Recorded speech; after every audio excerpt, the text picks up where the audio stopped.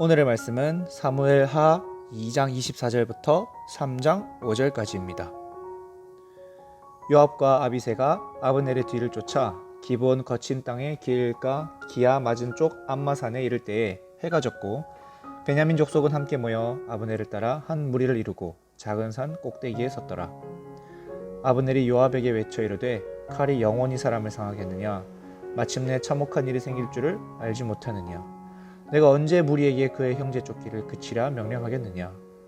요압이 이르되 하나님이 살아계심을 두고 맹세하노니 내가 말하지 아니하였다면 무리가 아침에 각각 다 돌아갔을 것이요 그의 형제를 쫓지 아니하였으리라 하고, 요압이 나팔을 불매 온 무리가 머물러 서고 다시는 이스라엘을 쫓아가지 아니하고 다시는 싸우지도 아니하니라.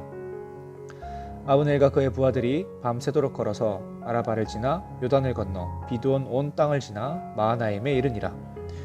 요압이 아브넬 쫓기를 그치고 돌아와 무리를 다 모으니 다윗의 신복 중에 19명과 아사엘이 없어졌으나 다윗의 신복들이 베냐민과 아브넬에게 속한 자들을 쳐서 360명을 죽였더라. 무리가 아사엘을 들어올려 베들레헴에 있는 그의 조상묘에 장사하고 요압과 그의 부하들이 밤새도록 걸어서 헤브론에 이른 때에 날이 밝았더라. 사울의 집과 다윗의 집 사이에 전쟁이 오래매 다윗은 점점 강하여 가고 사울의 집은 점점 약하여 가니라. 다윗이 헤브론에서 아들들을 낳았으되 맏아들은 암논이라 이스라엘 여인 아히노암의 소생이요 둘째는 길르압이라 갈멜 사람 나발의 아내였던 아비가일의 소생이요 셋째는 압살롬이라 구슬 왕 달메의 딸 마아가의 아들이요 넷째는 아도니아라 학깃의 아들이요 다섯째는 스바다랴 아비달의 아들이요 여섯째는 이르드암이라 다윗의 아내 에글라의 소생이니 이들은 다윗이 헤브론에서 낳은 자들이더라. 아멘.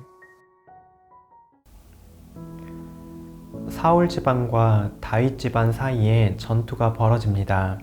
이 전투에서 사울 진영의 장군은 아브넬이고 다윗 진영의 장군은 요압입니다. 요압은 다윗의 조카이자 아브넬에게 죽임을 당한 아사엘의 형입니다. 사무엘하 초반부 말씀을 통해 하나님께서 우리에게 보여주시고자 하는 큰 흐름이 두 가지가 있습니다. 첫 번째는 하나님이 다윗의 집을 점점 강성하게 하시는 일입니다. 하나님은 최종적으로 다윗을 온 이스라엘의 왕으로 세우시죠. 그 과정이 7년 반이나 걸릴 만큼 우리의 눈에는 생각보다 더디지만 하나님의 손은 끊임없이 다윗을 하나님의 마음에 합한 사람으로 만들어 가십니다. 또 하나의 흐름은 다윗과 상반되는 인물들을 약하게 하시는 하나님의 손길입니다. 원문의 24절의 처음 시작은 쫓다, 추구하다 라는 표현으로 나옵니다. 요압이 무엇을 쫓고 무엇을 추구하는지 그 대상과 방식을 보여줍니다. 요압은 자신의 욕망과 자신의 욕심을 따라 세상을 추구하는 사람입니다. 다윗과는 정반대의 인물이죠. 전쟁을 일으킨 아브넬과도 비견될 만큼 만만치 않게 승부욕이 강하고 다른 사람들의 우위에 있기를 추구합니다. 오늘 말씀에서 아브넬이 휴전을 요청하자 요압은 27절에서 이렇게 말합니다. 세번역 성경입니다. 하나님의 살아계심을 두고 맹세하오. 장군이 이런 제안을 하지 않으셨으면 내 군대가 내일 아침까지 추격을 해서 장군을 잡았을 것이요. 요압의 말인즉슨 이 전쟁은 다 아브넬 탓이라는 소리입니다. 그러고는 나팔을 불어 전쟁을 멈추게 하죠. 그런데 돌아와 보니 사상자를 조사해 본 결과 뜻밖의 인물이 있습니다. 바로 자신의 동생 아사엘이 아브넬의 창에 죽게 되었죠. 이후 사무엘하 이야기가 펼쳐질 때에는 요압의 복수심이라는 이 욕망을 따라서 그가 어떻게 움직이는지 나옵니다. 심지어 다윗은 사무엘하 3장 39절에서 이렇게 말합니다. 내가 기름 부음을 받은 왕이 되었으나 오늘 약하여서 수르야의 아들인 이 사람들을 제어하기가 너무 어려우니 여호와는 악행한 자에게 그 악한 대로 갚으실지로다 하니라. 다윗조차도 수르야의 아들 요압을 제어하기가 참 어려울 지경이라고 말을 하죠. 이처럼 요압이 다윗을 압도할 만큼 그의 뜻을 추구하며 세상 속에서 살아갑니다. 하지만 참으로 연약한 우리의 손을 강하게 하시는 분은 하나님이십니다. 강함을 주시는 하나님의 손길, 이것이 언제나 다윗 가운데 함께합니다. 3장 1절입니다. 사울의 집과 다윗의 집 사이에 전쟁이 오래매 다윗은 점점 강하여 가고 사울의 집은 점점 약하여 가니라.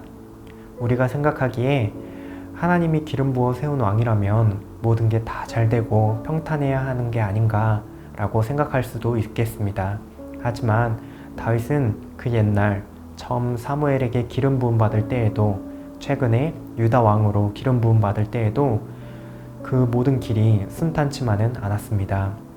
도망자 생활을 해야 했고 억울함도 감내해야 했습니다. 그런 모든 순간 속에서도 다윗은 하나님 한 분만을 추구하고 쫓아 살아갔습니다. 비록 기름 부음 받은 순간에도 많은 어려움들이 찾아왔지만 하나님은 다윗을 하나님의 손으로 강하게 하십니다. 우리도 마찬가지이죠. 믿음을 갖고 신앙생활을 하면 아무런 문제도 없이 그저 모든 일이 잘 풀릴 것을 기대할지 모르겠습니다. 하지만 세상 속에서 우리의 손은 여전히 너무나 약할 때가 많습니다. 요압과 같이 자기의 욕망을 추구하는 사람들이 우리보다 더 강해 보일 때가 있습니다.